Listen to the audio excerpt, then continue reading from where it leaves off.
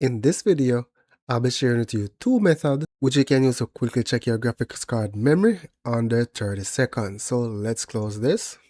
So the first thing you want to do is hit the Control, Shift and Escape button on your keyboard. That will bring up the Task Manager. So on your Task Manager, you're going to select the Performance icon. Then under the Performance section, you're going to select GPU. Here you'll see whether you have shared or dedicated memory. So here I'm using 1.2 of my shared memory. Now let's take a look at the second option. So you want to hit your task button. Then you're going to select settings, or you can search for it. Then you're going to select display.